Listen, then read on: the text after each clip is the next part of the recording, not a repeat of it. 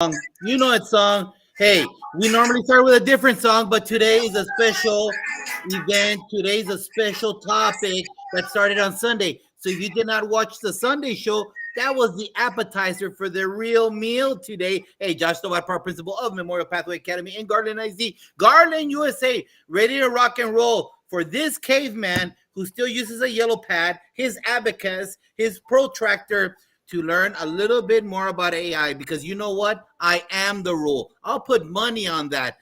And let me tell you, the exception, my bad. I caught myself. Thank you, Dean Packard. I saw your eyes. I saw it. Because you know what? A lot of us don't know these things in education, especially us that are seasoned. And so we brought in the experts right now. So if you have no idea about AI, like myself, I'm the first one to say it. I don't. Alana asked on Sunday, you haven't even touched an AI app? No, I still haven't as of today.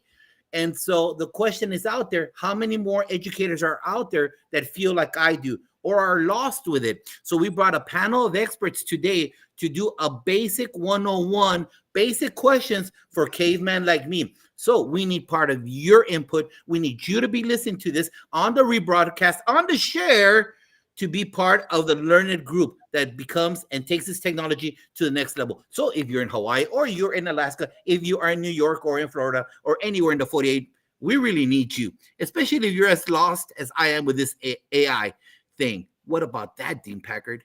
How about 1 minute and 48 seconds of Josh Tobar's finest lead in? My gosh, you're on fire tonight, my friend. It's always great to see you. We're coming off a Sunday night when we had that introduction to a little bit of AI and in the world of AI. And we had Alana on with us. She's back tonight. We are super, super excited. I'm Dean Packard, one of the co-founders of Unlock the Middle. And we bring all this content to you to make you just a little bit better in what you do every single day. And that's what excites me most. Great to see you, amigo. How was your day before we begin?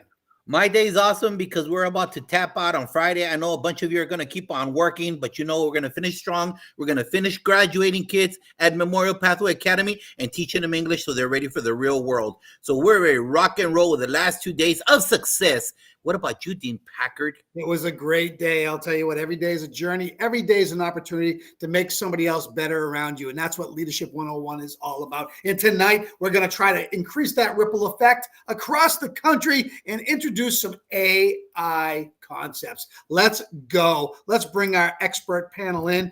I'd like to say all at once, but my intern is a little bit slow here tonight. Josh Tovar. How about this, everybody? How about this? Welcome to the show, everybody. We're going to go around the room really quickly, and we're going to talk a little bit about your background, your origin, and who you are and where you're from. Fonz, you're up first. You're no stranger to Unlock the Middle, my friend. It's great to have you back.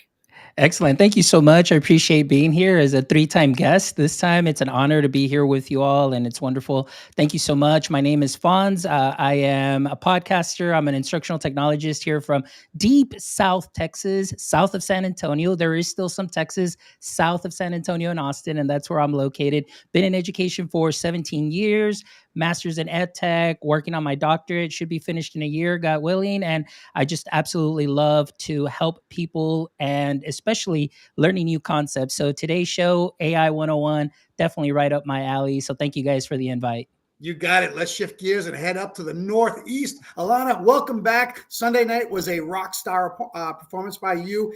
Great to have you back again. Why don't you just give the crowd a little bit of background about you again? Okay, so in case you missed Sunday's episode, my name's Alana Winnick. I'm in Manhattan right now. I work just north of that outside the city. I am an educational technology director and data protection officer of a school district, and I'm also on the board of directors for NiceGate. I also have my own podcast and book about generative AI called The Generative Age. Both of them, the book and podcast, are called The Generative Age. Oh, we're getting deeper here with pedigree. I love that. Shelly, welcome to the show. How are you? I'm doing great. It's always great to be with you guys. Such great energy. So thank you for having me again. And I'm from the South as well. So we're in the same area, San Antonio, Austin. So that's pretty awesome. I'm an author of a couple of ed tech books. I've done training on AI. I've been to 26 countries. teacher. I love being an elementary teacher. And my favorite position is being a mom to soon to be 7-year-old. So that's pretty exciting, and being able to do some cool AI projects with her as well. How about that right there? Great stuff right there, Shelly. Welcome, welcome, welcome. Larry, you're up next. What's happening, everybody? Thank you so much for having me here tonight. My name is Larry Roberts. This is my first time on the show. So, again, thank you for having me. My background is primarily corporate, but I come from a corporate environment where I was a business intelligence analyst. And I left my 21 plus year career with the same company January 4th of 2021 to pursue Red Hat Media, which is the name of my company, which I founded in 2017. And we help build better brands through podcasts. So podcasting is really what my business is all about. And I got into the AI side of things because of my background with BI.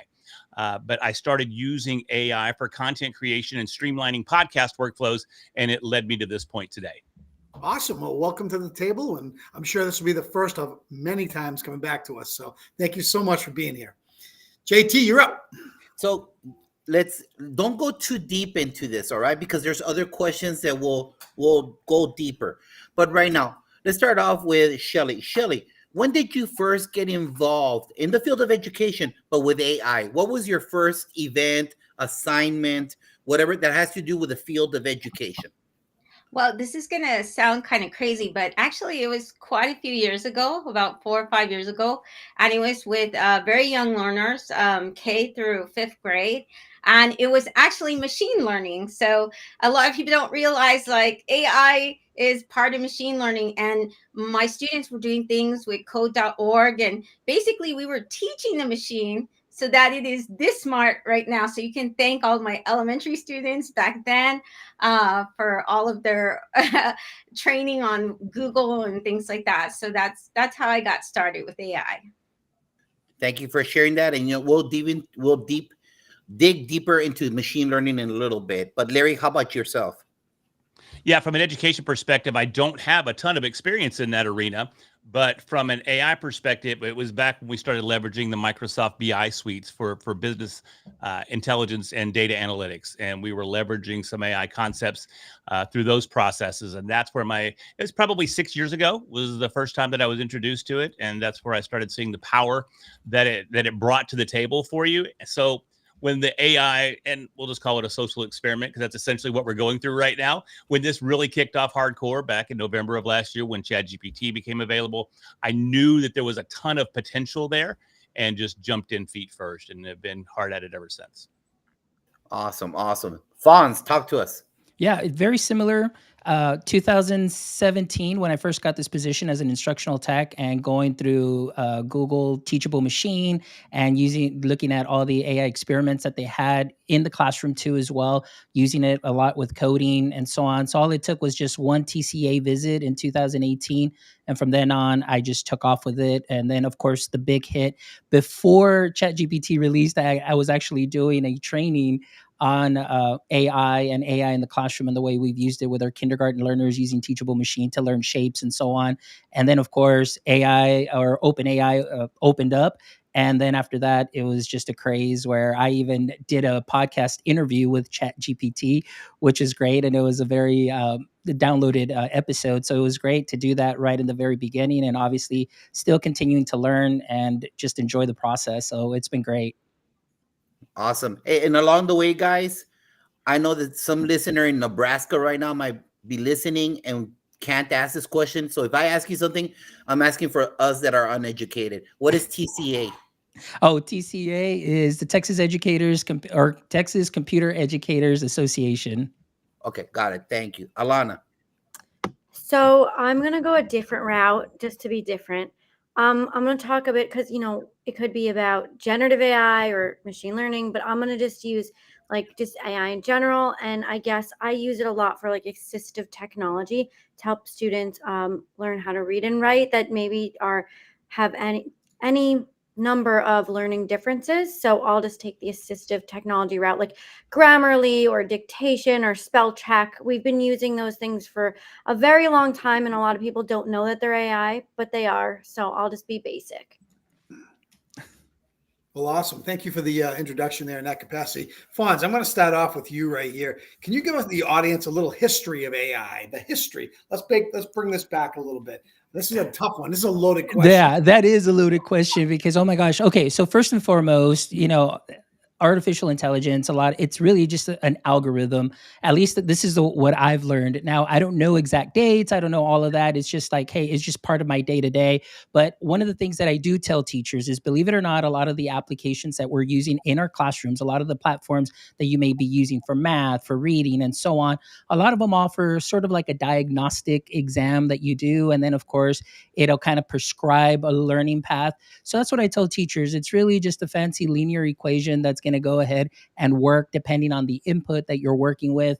And now the scary part was when it was forward facing. So for me, I'll be honest with you, I am not an expert as far as the history and so on, but I know that it's definitely something that's been in the background. But now that it's forward facing, it's just brought a scare to a lot of people. So that's really my input on that. Let's phone a friend right here. We got 3 other There you experts in go. the room right Hey, here. hey, Anybody Dean? want to chime in? Yeah, go Hey, ahead. Dean, can we Yeah. ask? I had the pleasure and the honor of hearing Larry at Texas ASCD a handful of weeks ago. Yeah. Hey, Larry, this caveman understood your little chronology when you said it to all of us. I'm like, oh, cool. Can you give that you brought to the conference that day? Yeah, based on my understanding of AI, the term was actually coined in 1956 by a gentleman by the name of John McCarthy. And he felt that using mathematical equations to get machines to mimic human behavior was what he ended up calling artificial intelligence. And since then, we've gone through about 3 different eras of development. And Alana, I got to tell you, I'm intimidated as all get out, because I'm sure in your book that you wrote, you've got all of this lined out, and I'm sitting here trying to spit it out. I know Alana's looking at me and she's like, that's wrong, Larry. No, that's not. No, my book isn't that technical, actually. It's really not that technical. That's awesome. That's awesome. So we ended up seeing 3 different eras of AI, and that was the pre-deep learning phase. That was the very early phases. We saw that up until we'll say the late 70s, early 80s. Then we started seeing some progress, and with that progress, we started seeing the military get a little interest in AI. So, of course, funding became available, and with funding comes research, and with research comes discoveries, and with discoveries comes progress. And that kind of led us up to the era of deep learning. And then that led us up to about 2015 when OpenAI was founded, and now we find ourselves here today. So it's kind of a revised history of AI as I understand it. That's good stuff right there. Shelly or Alana, you want to add?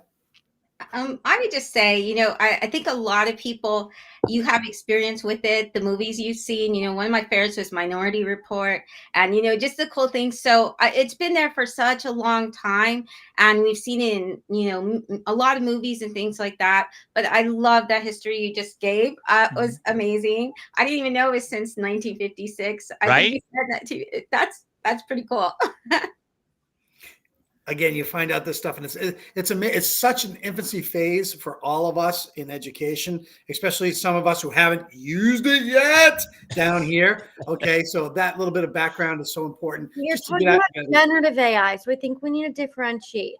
Generative AI means that AI is generating content, so text, video, audio. We've been using AI. When you start to type your emails and it predicts the next most probable word, that's AI. So we're not new to AI. Even Josh has used AI before. He hasn't used generative AI. Lead that dog to this water. Let's go. I love it. I love that you tell me. Now I feel comfortable. Yes, I have Josh in his place AI before. No, he's been using it. Just you haven't used generative AI, Josh. Okay, there you go. Thank you. So, hey, Shelly, you mentioned this before, and when I was trying to find a little bit more about this and this, I heard Fonz's podcast like a year ago, and I'm like, bro, shoo, my IEP does not cover this, or my LEP modifications do not cover this content whatsoever. So, Shelly, you just talked about earlier about machine learning. Okay, so talk to that guy in Iowa right now that's freezing. What's the difference between AI and machine learning? So when we think about advances in technology, there is a phone, and now we have, our mobile device. So these are just like touching stones to get to, generative AI and how we can produce content with it. But before we could produce that content, maybe a lot of us have heard that there's a lot of ideas and content taken from great artists that are never going to get credit, that it doesn't let us know. So first we had to teach we had to teach the computers and everything like that. We had to enter data. And so one of the things my kids did was the sketch. There's the Google Sketch. I know all kids love this. I mean, this is what you do on exam days. And then they go and it's like guess the doodle. And when they're doing all of this, they're actually teaching the machine, from them drawing, because that's input they're giving it. Or sometimes it's gestures. They've actually hired people. There's actually companies that go and hire people. They don't pay them that much. I heard a whole podcast on this, but for every product, like they'll show them jeans or pictures of jeans, and clothing companies will do this. And then they have to mark, which is blue jeans, which is pants, and what are, joggers. And so all of that has been put in for many years. So we've taught the machines. The machines are this smart and can generate like human-like content because we fed it all that data. Would anyone else like to add to that? The difference between AI and machine learning? Well, just like Shelly was saying again, I'm just going to use a simple example. Like if you go to Google's teachable machine, really what it is, it's your camera opens up, you teach the machine in a number of frames. Like you can put this cube in front of it and program it and say, anytime it sees this, it'll take multiple pictures and snapshots of the cube so you can kind of move it around. And then what it does is you name it cube. And then so you've trained the machine, through the pictures. So when I bring in this water bottle right here, then it'll say not a cube. Then you put the cube up, it says cube. So it's kind of like Shelly was saying, like these are pants, these are joggers, these are jeans. So you're essentially training that machine to give you those outputs that you're looking for, or just to do some kind of task for you. One of the ways that we've used it with our littles is in the kindergarten classrooms where they're learning shapes. So the teachers will program the little triangle and then the sphere and say, okay, triangle, sphere. And so that's the way the kids have started learning their shapes, and they do a little station that they go by, station rotation. So kind of adding to what Shelly said, hopefully that kind of made a little bit better sense for you, Josh. Yes? Yes, I got that one. Okay. No, what didn't make sense was that cube. I saw that in a horror movie before. Oh, I was saying the same thing, man. I was I- like, is this Hellraiser? so, Are we hey, calling demons here? What are we I'm doing? scared of pins. I'm scared of Pinhead. Please, Fonz, don't play with that. I care about you, and I want to see you, Dr. Fonz. All right? shout out to Merge. Augmented reality. Oh, You scared me, bro. You're As soon scaring as me, I saw it, I brother. got scared too, brother. So you're not alone.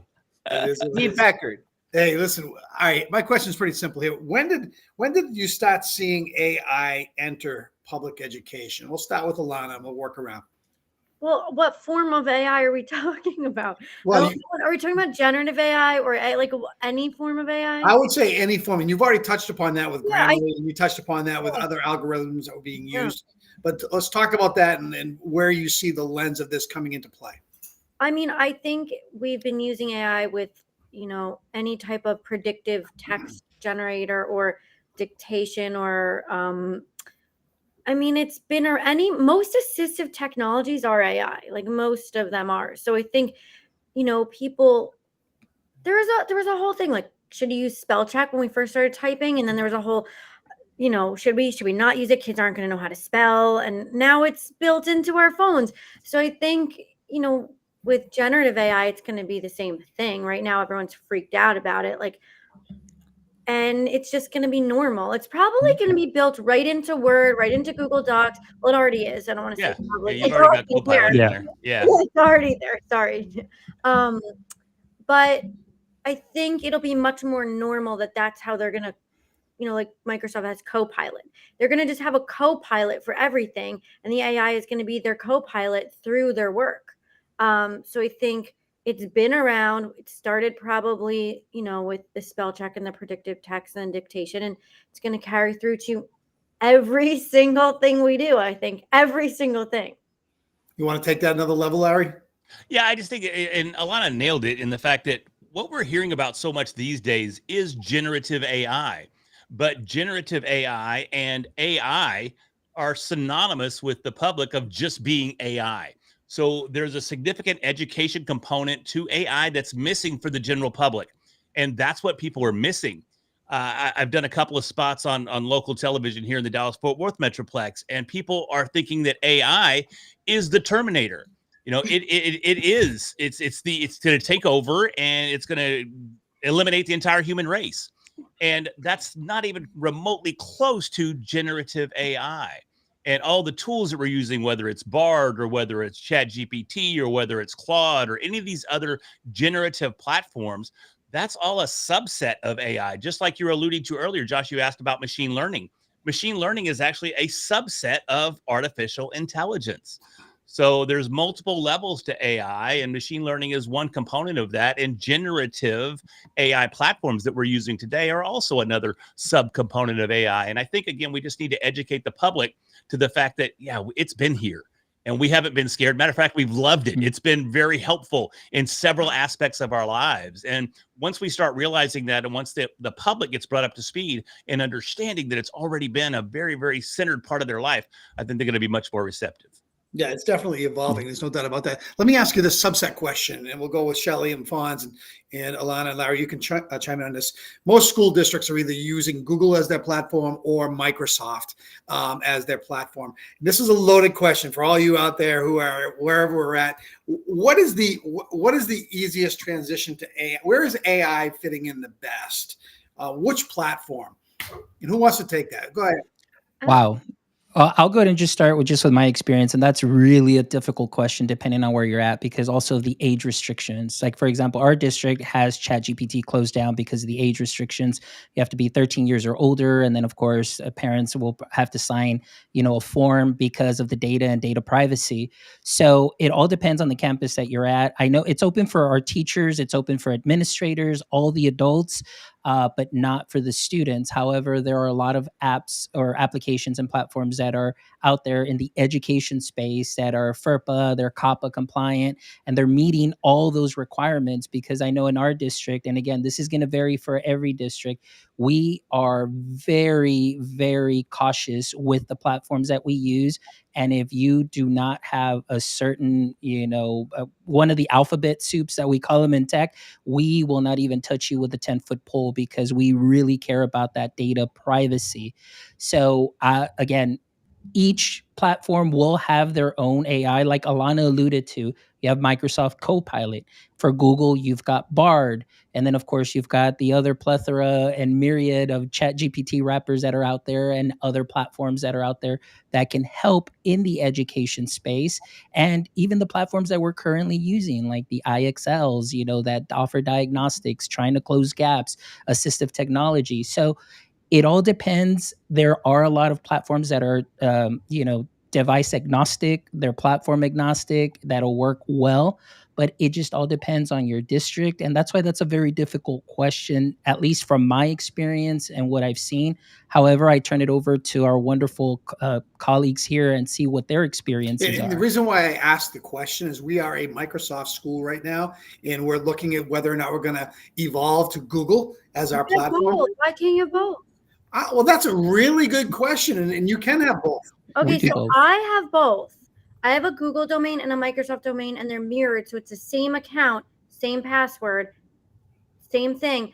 And we have the luxury of having both. So, for example, maybe we use Microsoft for most things, but if we want to make a website, Microsoft doesn't have that, but Google Sites is a thing. So we use Google for that. So Microsoft is our normal thing, and then anything that deviates that Google has, we're open to use it. So I think, Dean, you can have both. And I think that there's a time and place for each one. And you want to teach students both because you don't know what they're going to use when they graduate, and they can have a choice. I didn't mean to cut anyone else off, but I do. Love it. Okay. But I want to say something about the large language models. So I just interviewed Michael Jabbour, MJ, which is Microsoft Education's Chief Innovation Officer, for my podcast. I need to post that. I'm going to post it on Sunday. And I was asking him so first of all, just to differentiate them, because I know that Larry, you talked a bit about Bard, but do you hear this drama that there's not drama. There's Gemini. So it's like Google Assistant powered by Bard, powered by Gemini. Like, what is that? I don't even know. That's hard for even me to explain. Josh, you're probably not going to explain. Awesome said hello. Yeah, Bard. just ignore that. But with the new Bing, which is actually powered by OpenAI's ChatGPT, so you get the full-blown paid 4.0 version for free through Microsoft Bing Chat Enterprise. So if you have a Microsoft domain, you can enable it in the admin console, and your staff only, they're only saying staff, it's secure, and it's actually way more secure than the other ones because it's not saying the user, like it wouldn't say Alana sent this, it aggregates my data. It doesn't save any of your chat history. It's actually one of, I'd say, arguably the most secure ones out there right now for staff. They're not saying for students.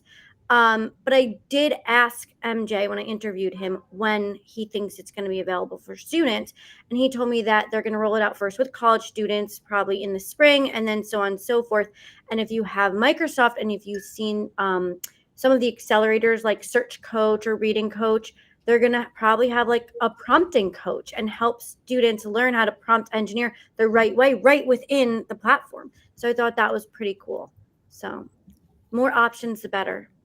Don't get rid of it, Dean. Well, they're expensive to have both sometimes if you look at it, when you're looking to go like one-to-one with computers and things of that nature. But you can always keep the actual the Excels, the PowerPoints, and you can keep the Microsoft and use Google as your operating platform. There's just a lot to it. Chromebooks. You mean you want to go? Is that what you mean? Well, that was on the table to talk about the one-to-one initiative. Yes. Well, that's a okay. So we can park that for later, but yeah, good stuff. Shelly, did you want to add in? I think, Alana, I'm the same camp. I like to use, it depends what task you're doing as well. So for me, we're working, me and my daughter, on some like books and creative projects, and we like the image creator with Microsoft much better. We think that comes up with the best images, and it's associated with Dolly, so that's really great. But then recently, I was going to mention Gemini too. And that is like mind blowing. If you see the video, it like basically, it's really crazy Terminator stuff. Maybe, I don't know. It's very cool what they're doing. I tend to use things like if I go to the source. So I like ChatGPT, all of that. I haven't really, I use Google for everything, but as far as, the AI, I still find it easier and better with Microsoft. And I'm really hoping you guys might remember this Clippy, that they bring back a AI version of the little Clippy friend. Yeah, that would be super cool. I'm old enough to get the reference. I see Alana, she's struggling right now. I don't know that song. I don't know what you're talking about. So. Take it away, JT.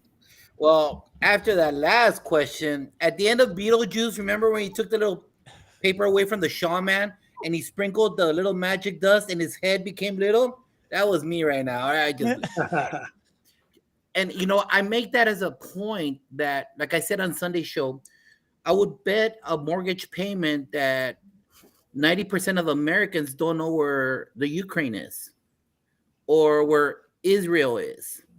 And these are big things that are seen every single last day in the news, let alone the conversation that we're holding right now. And some of you, even what Alana has said it twice, and I'm trying to remember what she said about what AI are we talking about. It hasn't gone through. I'm not that dumb, but I just can't remember the connection to it. I'm dumb, but not that dumb. But you see, it's hard for us that are in the system a while to get that. So my question is this: what have you heard, Alana, why people are hesitant to using AI? What have you heard in those conversations, and how do you dissuade that? You mean when I talked to you on Sunday? Is that exactly me? I think that it's just like with any new technology, people are hesitant and scared of it. And it's just like, oh, another new thing, oh, another new initiative, another thing I have to learn.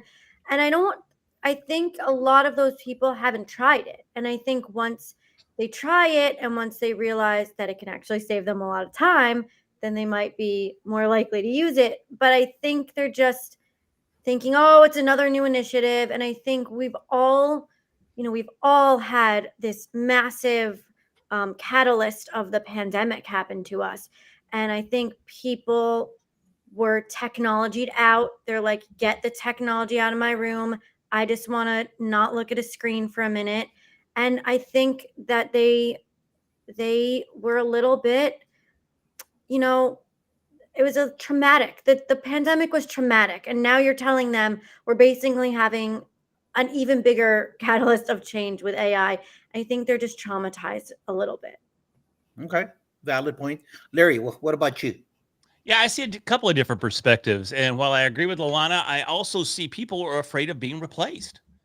People are afraid that it's going to come in and take their jobs. They're going to be outsourced. And I didn't coin this term. I think it was Gary Vaynerchuk may have been the first one that I ever heard say it, but it's not AI that's going to come in and take our jobs. It's the people that learn how to use AI that are going to come in and take all of the jobs. So that's one perspective. Now, the flip side of that coin is, as Alana mentioned, we were coming out of the pandemic. And what was going on during the pandemic? Well, we had this technology called the blockchain that was introduced.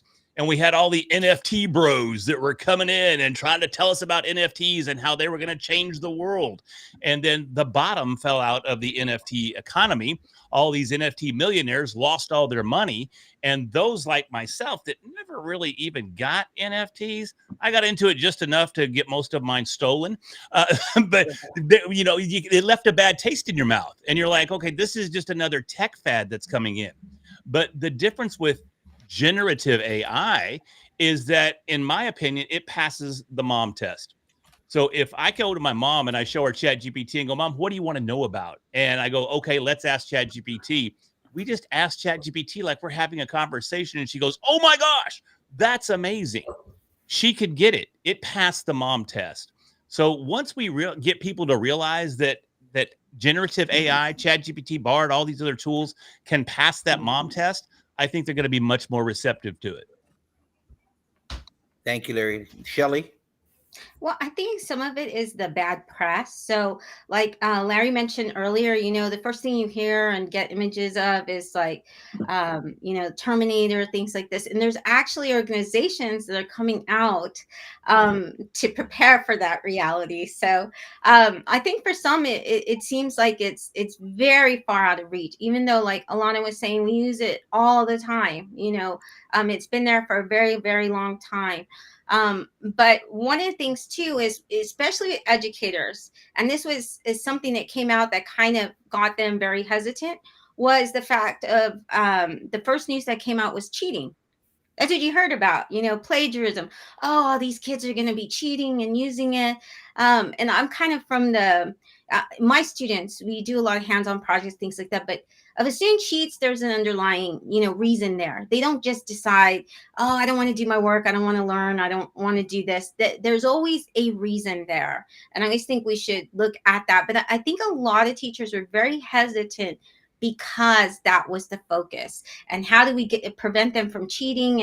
And that's the way they were introduced to AI. And that's really a negative way. So when I do trainings, I do tons of trainings. I recently did one with teachers. I think it was in DC. And they were very hesitant. And so what I did was I said, okay, we're going to put up Schemely, which is a AI free tool for lesson plans. You give me someone give me a lesson you're going to do this week. We put it in there. I said, what grade level? We put in that just as the prompt. Third graders water cycle. Click. It came up for them. And I said, okay, look at what it came up. It came up with a YouTube for you. It came out with a Kahoot for you, a Quizlet, all of that. And then let's take a look at these activities. Would you do this? Oh yeah, I really like that activity, or I like that. And once they saw it and did it, with me, then they were like, they even made comments. The feedback was, I was very hesitant with AI, but now I'm willing to try it. Now I can see how powerful this really is. So I think that's the way you really help teachers to come and be more welcoming. Thank you. Fonz? Yeah, yesterday I did a presentation here at our Region Service Center, and it's called Kiss Your AI, which is keep it simple and streamlined. And you'd be surprised that out of maybe about 150 attendees, not even half of them had ever experimented with AI or had used it, and there was just a look of awe and well, shock and awe pretty much about what it can do. So regardless, I know for a lot of us, we're very tech savvy, but we need to know our audience. And many times we just assume that they know and they get it, but they really don't. They really don't. And just like Shelly says, you really need to walk them through and walk them through the steps, just like, hey, go to the website, log in, let's open up an account. One of the things that I start off with is just really, like I said, keeping it very simple. We practice, letting them know that it's like an instrument, and what I mean is, instruments take time, they take practice. You play guitar, you're not going to be playing solos right away. You're going to have to build some of those calluses, and there will be some frustrations from teachers because it's not giving you the output, the prompt that you want, the lessons. The other thing that I talk to them is about the limitations on a lot of the platforms, which is the knowledge cutoff. A lot of them are about actually even, Chat GPT, the best version is still about 2 years behind. So those offer implications for our education space where the new Texas standards will be changing next year, though that stuff won't be up to date. So just like Shelly says, it's like you put in your input, whatever you get your output, you need to make sure that you vet it. Because one of the things that I strongly caution my teachers is we do not want to build a bad habit of the very first output that we get, that's what we're going to copy and paste and give our students. We need to do better. It is our responsibility as, the learning facilitators, the learning engineers, that we're creating these lessons, that we make sure that we vet every output properly. And like Shelly says, out of all of those suggestions, would I do this? Does this work? Does this not work? But it's great that now you have more options to help you enhance the learning. So again, it's very important for all of us that are ed tech leaders to just kind of really dial it down and really go for the people that really are scared and that have never used it. And just like Larry said, have them pass the mom test. And once they get a taste of it, and now they can sprinkle it onto what they're already doing great, and they can continue to grow from there. So, hey, let me ask a quick follow up question. Hey, just real quick, guys. Based on what Larry said and Shelly, what you said also, and it's a reality because in the mornings when I'm not listening to educators podcasts, I listen to Rogan, to Bill Maher, to PBD, and Musk came out on one of those, and he said we need to stop AI right now because we don't know where this is going. Building off of what you said, Shelly, and you, Larry, the whole Terminator thing. So I'm sorry, but if this guy could run 5 companies, and there's something behind what he brings, he's got street cred. What are your thoughts on what he said about stopping it right now, Alana? There were rumors about that statement because if you look at all of the other companies and where they were, and you look at his companies, he was way further behind than all of them. So there was speculation he was asking for a pause so that he can have 6 months to catch up. I'm not going to confirm or deny that, but I see the other 3 people shaking their heads. I don't know if it's true or not, but that was the rumors going around on the street is why he asked for that. But I do know that the European Union did just pass something to start regulating it. So even if United States doesn't ever decide to do that, a big company is not going to say, well, in US, we're going to do this for this. They're just going to build one model. So we're going to get to benefit from that. But there are talks about regulations. And I know that Sam Altman, who's the back in the seat of CEO for OpenAI, I know that he wasn't opposed to regulations. So I don't know. Do you guys have anything else to add to that? Well, Josh, right before I did my talk at the ASCD, I think it was the day before I did the talk, the White House actually had an executive order that they signed and looking for regulation there. But going back to Elon as well, if we think about it, I mean, Tesla probably has the closest thing there is in production to AGI or artificial general intelligence. And while they say it doesn't exist, I don't know that I buy that. If we look at autopilot in the Teslas, that's very, very close to AGI. It's taking input from a variety of different inputs. It's taking data from a variety of different inputs, processing that in real time and making real time decisions that not only keep that car on the road, but ideally keep the passengers safe as well. that's fairly intelligent if you ask me. So we're really, really close. And I think Sam was talking that it would be, we'd have AGI in the next 2 to 3 years. I think Elon Musk came in and said he was looking at 2029 before we see actual AGI put in place. So I have to lean back to what Alana was saying too, and that, you know, Elon's trying to catch up with his company and his large language model, but at the same time, he's kind of leading the pack in his own regard. So it's interesting to see. Shelley? I think it's when we in LinkedIn right now, there's actually for the past few months been a lot of the groups and conversations. There's a big debate on ethics and whether we can even have regulations, because every single country, we all define our own ethical models and things very differently. And so that and me, I've always been, every talk, anything I do, I always say, okay, we need to give our students ethical guidelines. But so I think it's very difficult to regulate and say we need to stop AI. Like, that will never happen. It's already out there. It's going for fast forward. What Bonds was saying, it's already, it's going really fast. And so regulating it at this point, I think it's better to have our students just reflect. You're using this to write a poem, or you're using this to make music. Let's look at what happened with Rihanna. And these are real examples that they've seen in the world. Would you like to be that artist? Would you like to be a music artist and then have someone just, even if it sounds good, but take your voice and make it part of their music? They didn't even ask you. They have your image, their voice. Well, AI can do that. And so I think it's more important for them to reflect, so they come up with their own guidelines. And I've seen, one of the great things I've seen, and I know Alana mentioned earlier, Grammarly, is some of the companies are regulating themselves. They saw that, hey, let's have a button now where you can click, or an area you can click, and now it says this task or assignment was helped by Grammarly AI.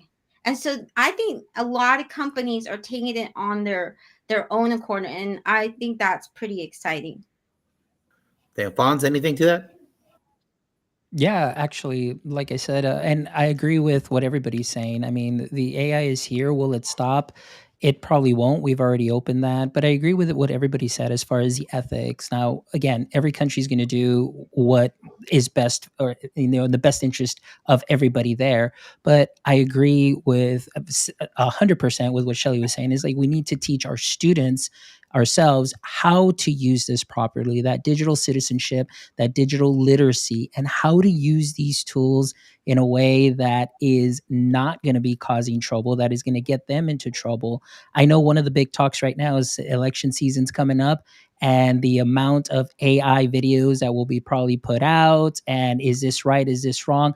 We need to teach our students, we need to teach, our public how to discern what is real and what is not. And that is very difficult now with a lot of these generative AI tools. So the fact that it's here, it's great. Are there a lot of cons to it? Maybe. There's a lot of people that see, that there are a lot of issues, but there's a lot of upside to it. Like, for our students to continue to learn, for ourselves to continue to learn, and to continue to be more efficient and continue to work more effectively as well. And I think that's just going to set the students up for that future that is going to be riddled with AI of all types. So again, it's up in the air. I am one of those I'm kind of in the middle. I'm still very cautious, but still at the same time, don't mind pushing it a little bit, and just to continue to contribute, at least to help people learn. But again, we just need to discern and really use the best judgment that we have to use these platforms that are available to us. Let's take that and dig just a little bit deeper. What are school districts, or I should say, it's incumbent upon school districts to create curriculum around AI, because it's not going away. We need to make sure we are teaching students how to use the tool for 21st century skills when they leave public education, because this is going to be embedded with where they go in some capacity. What does that look like? What does it look like to equip teachers with the tools to understand that it augments the learning? I mean, this is hard. This is a shift. This is uncomfortable. How do we do that, and what does that look like? Shelley, you're nodding your head. What are you thinking? Well, I know there's been a couple of schools that have actually posted their curriculum initiatives and frameworks, and they're asking for editing. I spend a lot more time nowadays on LinkedIn, and I've seen some great information from Australia. It's really, there's a lot of educators out there in Australia doing great things, the UK, and just kind of taking that initiative. I think we really need to bring in trainers like, Fonz. He sounds really, everything you've been saying has been amazing, but trainers who really understand, like he was saying, the teacher point of view, who they're working with, get in, and not someone who's like, oh, I'm, AI master. If you're not, here's my cheat sheet, but actually talks to teachers and understands what they go through with students, and then come up with like a guideline, a curriculum, maybe based on one of those excellent examples out there, but then ask teachers, are you comfortable? What are you comfortable doing? What do you think we should change with this? Because we should always have that conversation. And then even in our classrooms, have the students come in, because that's when it gets really powerful. Then when they're stakeholders and decision makers, then they actually do it versus, we can come up with any curriculum, but if there's no input, even like here, it suggests some edits. Let's take a couple of weeks and just kind of take a look at this and how we're going to use AI next year, and set goals. Hey, we're going to use AI to do this. Or I'm, as a principal or administrator, I'm going to say it's okay right now. You can use AI for your lesson plans. You can't use AI for this, and just having those conversations, I think, is what's going to make the most powerful curriculum for your school. Love that. Alana? Okay, so I think, a lot of like schools went through this craze of like coding, and the kids need to learn coding, and they learn it from like really young ages now. And they've built a scope and sequence maybe up to something a little bit more technical, like a Python. I don't know, you could get pretty technical, but you teach coding now in like kindergarten, right? So I think AI will be taught in a similar way as coding now has just become normal. And I think you might start with something like image generators. And okay, the more details we add, the better the image output we get. And teaching them about prompt engineering with images in maybe kindergartner to more of a much more advanced one in 12th grade. So I think that's what the scope would look like. And maybe even building their own like kind of bots, because that's going to probably happen in a bit. So that'll be more like a advanced thing. But I do think when we're talking about the use of it, obviously teachers need training. They need to feel comfortable with it. I think that the use of AI is going to vary significantly, literally from assignment to assignment, not just saying like, oh, you can or can't use it. Like there's going to be like, you can use this tool and you could use it in this way for this assignment. I think we really need to focus on academic integrity. And I think that we really need to focus on the learning process, because in a world where AI can literally complete the end product for us, they can, like I say, process over product. That's like my slogan, process over product. In a world where AI can literally generate a 5-paragraph essay in 10 seconds, we cannot focus on that anymore. And all the things I'm sure all of us have been really preaching, like, I don't know, any one of them, project-based learning and anything like that. We've been saying these things forever, and now it's just the only thing that's going to work. So, and then we're going to embrace AI use, right? Like use AI to help you with that project. So I think we just need to shift teaching and shift learning and shift assessment, and then we'll embrace AI to help get us there. Love that right there. Larry? It's not fair for me to really contribute to this particular question, just because I don't necessarily have not necessarily, I just flat out don't have an educator background. But everything that Alana said, I could definitely agree with that. And if we look at it from a larger scope outside of just the school, but what the students are going to apply once they go through school, for instance, process over product. If we look, and we were talking about regulation a minute ago as well, if you look at the patent and the copyright office, they will not grant patents or copyrights for any AI generated content. There has to be human intervention before you can be granted a copyright. And I'm working through that right now. I wrote a book on branding. And what did I do? I wrote it all in ChatGPT. I wrote it in about 4 hours. I got a 12 chapter, nearly 150 page book. But because I also want it to really be all about me and my red hat and the story of the red hat and how it all came about and branding and what branding is, I had to go through each and every one of those chapters and add my own anecdotes, add my own personal stories, add my own level of humanity to that output. So I think, again, going back to what Alana was saying, teaching the process and not necessarily being so heavily weighed on the product itself. And I think that's how they're going to be able to apply this education going forward in a real world environment. So that's about the best I could contribute there. Fonz? Yeah. So my thing is, and this is the initiative that we're starting. Like, being the only instructional tech for my district, we have 14 schools, so I do K through 12 and cover that. I haven't done much with AI, and I've been just keeping that real on the down low because I just want to make sure that I'm that wait and see guy. And I'm glad that I waited because a lot of applications and things that I wanted to share kind of just went up in smoke when OpenAI, did their updates, and a lot of these apps that are just kind of fancy chat GPT wrappers. And what I mean by that, Josh, is let's say that you have a Snickers bar and inside is the chocolate, but the wrapper's different, but it's still the same chocolate. So that's what I mean. And again, just because I know that you were going to say for that one guy that doesn't understand what that wrapper is, but let me tell you what's happening here. So I am in the middle of completing 3 modules for my district.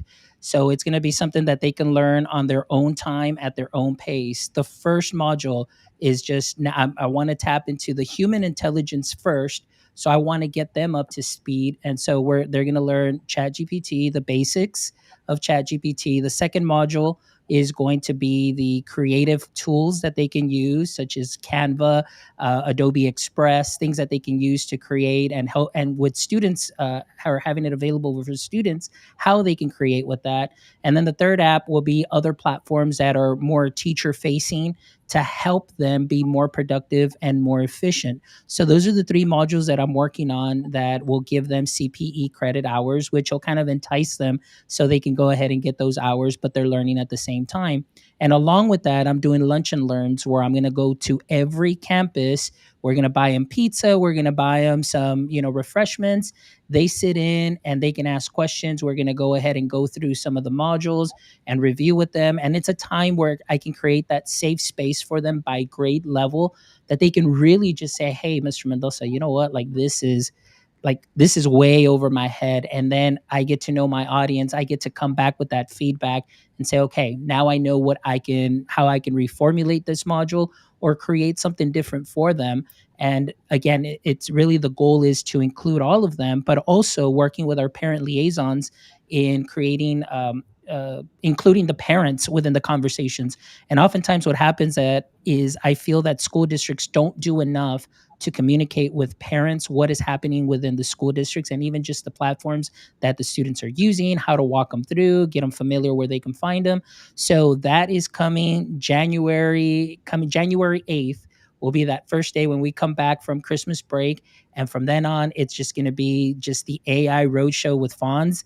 And I'm really excited because this is, like Alana says, this is the thing that can also turn this around and get them educated, get them feeling comfortable, and then they can start engineering some amazing lessons and just using it to their benefit, having that instant co-teacher that can help them improvise, adapt, and overcome, because that's what teaching's all about: improvise, adapting, and overcoming. Love it. All right. So Dean connected us with Principal Cafele, part of the Fantastic Four, with Shika, Coach Hurt, us here and Unlock the Middle. So great connection there. And so we're going to close off with this question. On Sunday, Principal Cafele joined us and he asked, if you all don't know who Principal Cafele is, he was there at Texas ACD before you there, Larry. He was a keynote speaker. And he said this, because he mentioned the same thing I said. I have never opened up ChatGPT. This guy is a consultant, goes all over the United States. If you don't know about him, trust me, he's a top tier presenter in our field of education. And he says, convince me why, as an educator, an educational consultant, I should use AI, and I've never used it. So, Jefe, this question is for you. Fonz, answer, Jefe. To answer the Jefe, efficiency, effectiveness, and just streamlining your workflow. Things that would normally take you 30 minutes to do, maybe an hour to do. Imagine cutting back that time to where he can enjoy more trips to Jamaica with his lovely wife and be able to spend that quality time and still be able to be effective at what he does for us as educators. So for me, it would be just to help his workflow be more efficient and more effective and more immediate. Okay, kind of like speaking to that guy every once in a while. He would say, "How do I do that?" Oh, how do I do that? Well, obviously, we need to go ahead and build some calluses. Just experiment very slowly. I mean, just like a simple onboarding, like he does for all of those leaders that follow him and take those courses. But it's the same thing. Just open up the website very slowly. Create, a simple prompt. Maybe what would Principal Cafelli do in this situation?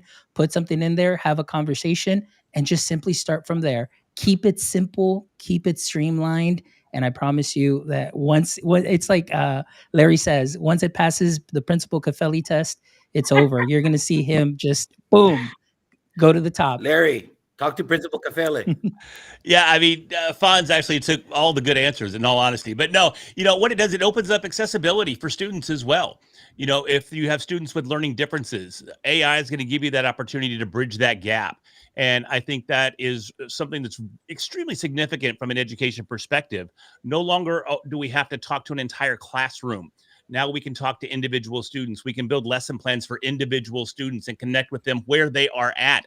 If you have a student that's a little more advanced than the rest of the class, you can up their level of their activities and their exercises that they're doing, and vice versa on the other end of the scale there. So I think it's just opening up opportunities to really connect with students on another level and freeing up you as a teacher to establish real relationships once again. It's going to free up your time. So now you have that opportunity not to just be an educator, but to be a guide, to be a coach, to be a counselor, to be someone that the students can really connect with. I told this story, Josh, when I was on stage there at the Texas ASCD, and I'm still in contact to this day. I'm going to see her next week. My English teacher from high school. And there's a few of us that we banded together. She's in a retirement home, but she's never alone because we still go back to her. I'm 51 years old. Been a while since I've been in high school, and I still go see Miss Loden. So we love her to death. And I think AI is going to give more teachers the opportunity to establish those relationships that I had back in my graduating class was 5. So we had a very, very small 5, not 500, but 5. So, and I was in the top 5. So it worked out well. But I think that's one of the big benefits of AI there. Shelly, talk to Principal Cafele, please. I think Fonz and Larry just said it perfectly. What I'll tell him on top of that might entice him. As a consultant, I use it all the time. And one of the most simple prompts is take this title I just came up with, and I know it's terrible, but take this title, come up with 10 better titles. And I use it for titles and abstracts all the time. Recommendation letters. I've had so many people ask me for recommendation letters. I turn it in 1 hour, and their minds are blown because they're just like, oh, thank you so much. You were able to do this. And like Larry says, it goes back to that relationship. Now I have more time to get things done for people that they want to. I wish I could have in the past given specific feedback to every student. Now I can. And it's way better than I would have been able to do by myself. Chat GPT, all of these, AI technologies can read it, give exactly the feedback that's needed. And me, after 10 hours, wouldn't have been able to do that. It literally can save you 10 hours of time, lesson planning, feedback, all that. So that's why I would encourage him, because then he can help others save time, and then all about well-being and relationships. Got it. All the good answers, but I do think that, like what you were saying, Shelly, about the title, just take it a step further. Like, if you are a consultant and you're trying to sell your new workshop or your new talk, if you put it through AI, it will make it sound so much more interesting than it probably actually is, right? But then you could also take the content itself, or even better, if you use one of the presentation things and you take your bulleted list and you say, make me a PowerPoint with these bullets. It will literally make the whole thing for you. Then obviously you go back and tweak it and make it your own. But it just saved you so much time of doing that. I didn't realize the context he was asking last week, so I would have had different answers for him. But just like making. Oh, and if he has Windows, in Windows 11, there's Copilot, and he can use AI on his own content. So he can like ask the AI if he has a long paper or something, or his own work. He can use AI within that, or he could take an existing work that he's done and ask it to tailor it to a new audience. So if he was speaking with like elementary educators versus like college professors, he can ask AI to help him tweak his own content to a different lens. They're just it's basically a thought partner. That's how I looked at it. And Larry, I have lots of questions for you about your book. We could chat about that offline, but I use it to help me with my book. It's like the world's best thought partner. You just have to pick and choose the things that resonate with you. And you're like, oh, yep, that's on brand. I'm going to use your things, Larry book. That's on brand. That's on brand. That's on brand, right? It's like marketing, like that's on brand. That's not. I'm not going to take that one. So I call it, I used to call it a curator in the book, but now the child-friendly term is a DJ. Like they're picking and choosing their own beats, right? And making their own mixtape. Like that's all it is. Just use it. Bounce ideas off of it. Well, there you go. Go ahead, Larry. No, I was going to say I may steal that analogy next week. I'm doing a talk on writing your book with AI, so I may have to steal the DJ analogy there. So. Yeah, I branded it. That's all education. Beg, borrow, steal, brother. That's all it is. Hey, guys, thank you very much for being here tonight. Hey, that was an hour? What? 1 hour and 1 minute? Where did the time fly?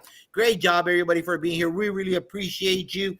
And hopefully someone out there got something. Nebraska, Wyoming, wherever you might be right now, freezing up, warm it up. Be on the rebroadcast, like it and share it.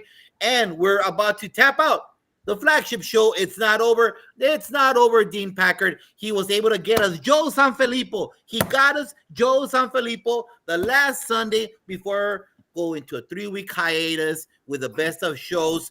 Take it away, Dean Packard. Great job booking. Hey guys, thank you very much. I'm leaving here so much smarter, so much more invigorated with ideas on what I'm going to do with AI to help build capacity around my job each and every day. I'm going to take this back, share it with my staff. I always say these sessions are all about free PD, because the internet, this podcast, what we do every day provides opportunities for people to access this at any time that's good for them, and it helps them become a little bit better. But listen, what you do is making a big difference. So, hey, everybody, on behalf of Fonz, Alana, Shelley, and Larry, and Josh, we want to say thank you very much. Don't forget, turn on your AI, use it to become better, and more importantly, do what's right by those kids in your classroom every day. Have a great week, everybody. Stay tuned for more great stuff from Unlock the Middle.